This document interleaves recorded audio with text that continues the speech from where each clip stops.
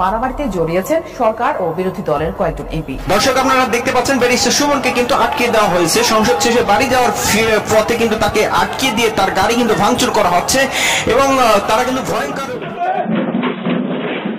আসসালামু আলাইকুম দর্শক, দেশ দেশের বাড়ি থেকে যারা এই মুহূর্তে আমার ভিডিও ওপেন করেছেন সবাইকে অসংখ্য অসংখ্য ধন্যবাদ।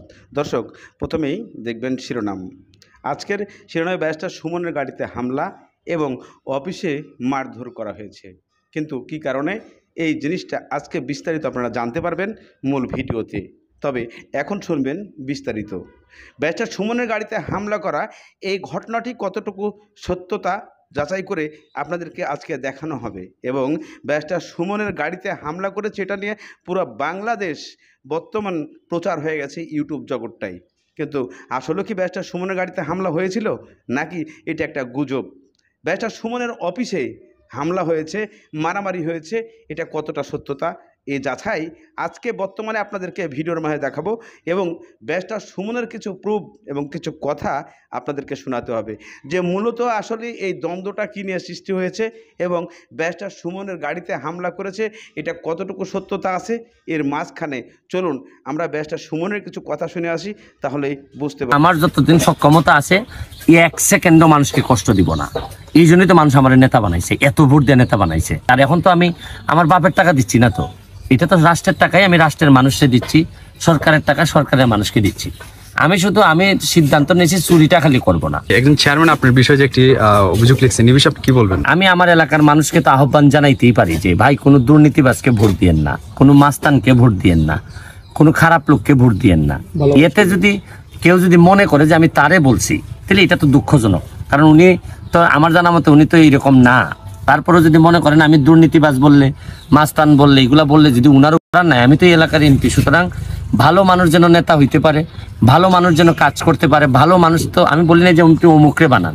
আমার কথা হলো যে ভালো মানুষরা, দুর্নীতিবাজ মুক্ত মানুষরা, এই ধরনের মানুষ নেতা হইলে হয় কি দেশটা আগাবে। বঙ্গবন্ধু সোনার বাংলা বানানোর জন্য তো সোনার মানুষ দরকার, শুধু এমনি এমনি হইলেই তো হবে না। এখন দর্শক, ইতিমধ্যে আপনারা ব্যারিস্টার সুমনের কিছু কথা শুনেছেন এবং ব্যারিস্টার সুমন যে কথাগুলো বলেছেন প্রত্যেকটা কথার মধ্যে একটা কিন্তু লুকিয়ে আছে।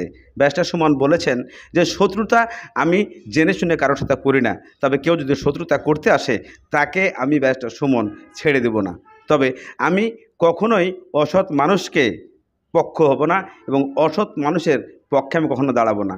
তারই এলাকার বর্তমানের যে চেয়ারম্যান আছে, উপজেলা চেয়ারম্যান, সেই চেয়ারম্যানের সঙ্গেই দ্বন্দ্ব।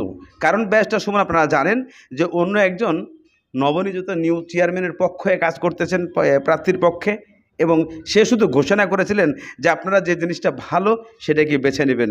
আর সেই সূত্র ধরেই ব্যারিস্টার সুমনের সাথে দ্বন্দ্ব সৃষ্টি হয়েছে। তবে সেই চেয়ারম্যান কে আপনারা জানতে অবশ্যই পারবেন ভিডিও শেষ অংশে।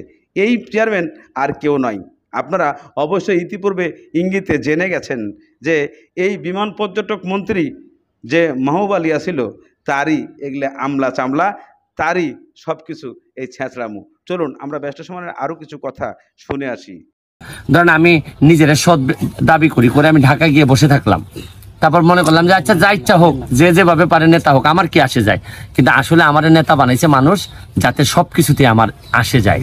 আমি কথা দিছি যে জন্মের পরে যে জন্মস্থান পাইছি, মৃত্যুর আগে এর চেয়ে ভালো জন্মস্থান রেখে যেতে চাই। ভালো মানুষ নেতা হোক, দুর্নীতিবাজরা যাতে নেতা হইতে না পারে, এগুলা তো বলার অধিকার আমার আছে।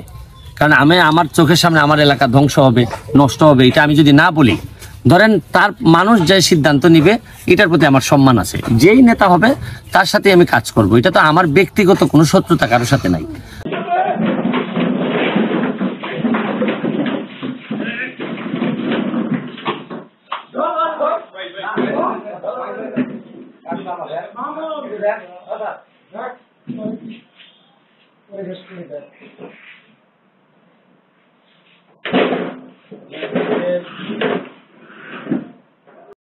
দর্শক, ইতিপূর্বে আপনারা সমস্ত ঘটনাগুলো দেখেছেন এবং ব্যারিস্টার সুমনের কথাগুলো শুনেছেন।